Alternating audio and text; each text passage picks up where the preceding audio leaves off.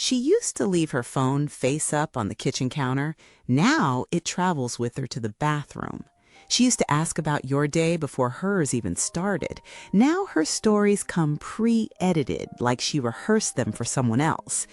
If you think cheating after 50 looks like a soap opera full of lipstick on collars and mysterious perfume, you are missing the real game.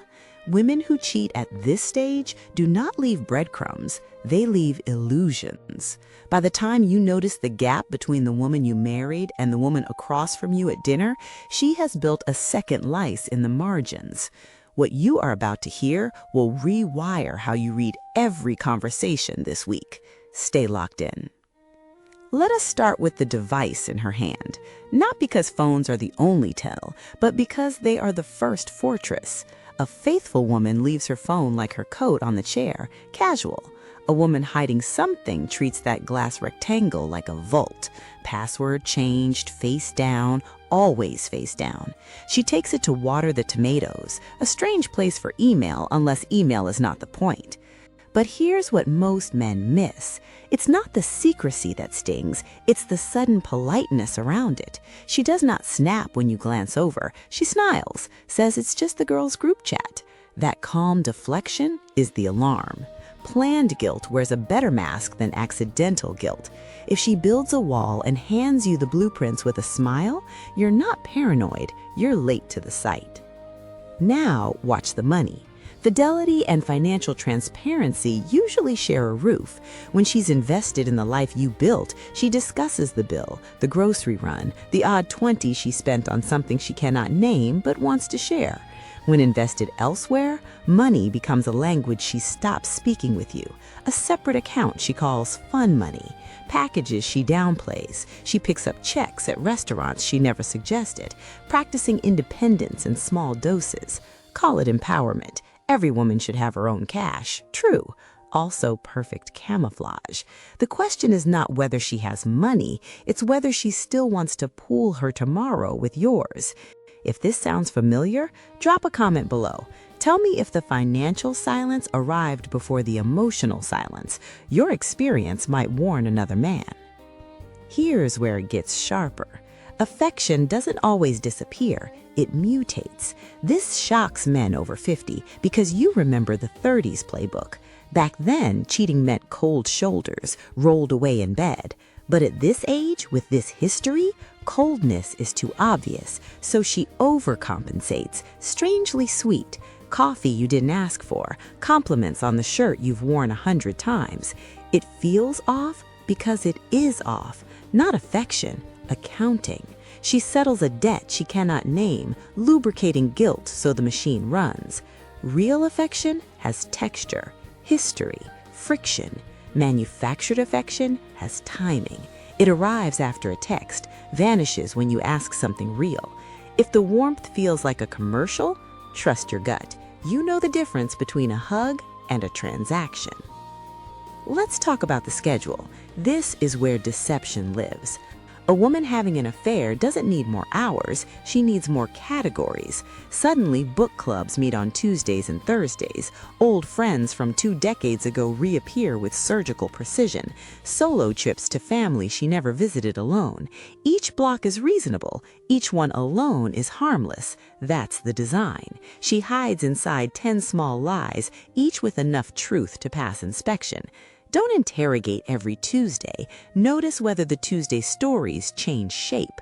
Does the book club have a name? Does the old friend have a last name? Does the timeline add up, or only if you skip the math? After 50, you have wisdom, not time. A pattern of unexplained hours is not a hobby. It's a hallway leading elsewhere. Watch for the new friend who appears out of nowhere. Not an old college roommate, not a cousin, someone she met recently who suddenly matters deeply. She mentions this person constantly or never at all. Both are signals. The constant mention is testing your tolerance, seeing if you'll object. The total silence means this person is classified. If you ask to meet them, the answer is vague. Soon, maybe, you wouldn't like them.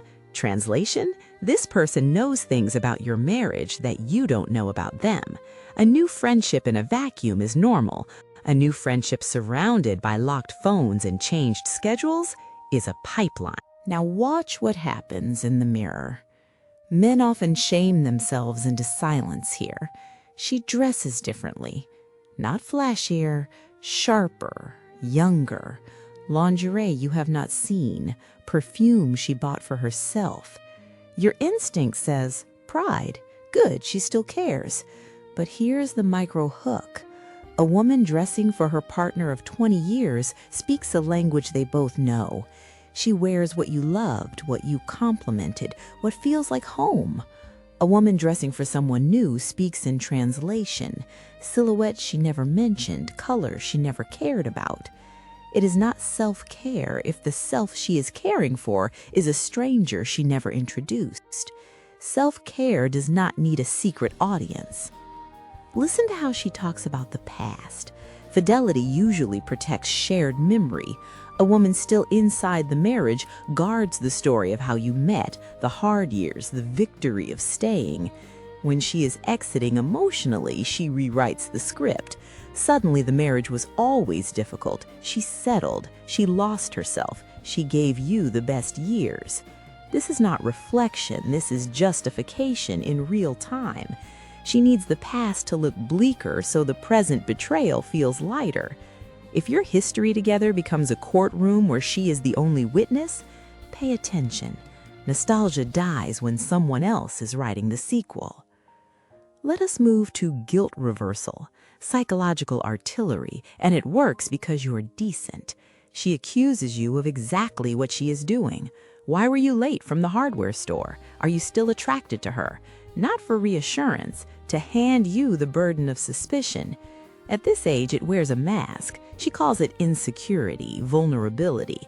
Because you are over 50, because you worked to be a better listener than your father, you lean in, you comfort her, prove your loyalty while she uses it as cover. Your patience becomes the blind spot she exploits. If you apologize for loyalty you never broke, stop. You're not in conversation, you are in a defense strategy. But the cruelest change happens behind closed doors. Above water, the marriage looks intact. Same bed, good night. Beneath, the current has shifted. She no longer initiates, or stranger, she initiates with mechanical enthusiasm, checking a box to keep the audit clean. Inside jokes stop landing. The shared future fades from her sentences. She starts saying, I'm going to, instead of, we should. Tiny grammatical betrayals. Suggest a weekend away, a real conversation, and she agrees with the enthusiasm of someone accepting a meeting they plan to reschedule. Dead intimacy is not always a silent bedroom. Sometimes it's a bedroom where the performance continues, but the audience already left. By now, some of you recognize the map. Do not bury it. Comment below and tell me which of these hit home. Not for drama, for clarity. When men over 50 compare notes, patterns become undeniable. If this sounds like your Tuesday night, subscribe. This channel unpacks what nobody warned us about at the wedding, the retirement party, or the empty nest dinner. Hit subscribe and the bell. The next video walks through what to do when suspicion becomes fact and doing nothing is no longer an option. Let me leave you with this. After 50, you earned peace, not performance. You earned a partner who pools her tomorrows with yours, who speaks in we, who leaves her phone face up because she has nothing to hide. If your woman has become a collection of small locked doors, you are not required to pretend you don't see the handles. You are allowed to ask, allowed to know, allowed to demand the transparency you offer. The shock is not that cheating happens, it's how long good men negotiate with their own intuition to avoid seeing it. Stop negotiating. Start observing. If this cleared any fog, subscribe. Comment your story or your top red flag, and let us keep this conversation going. I'll see you in the next one.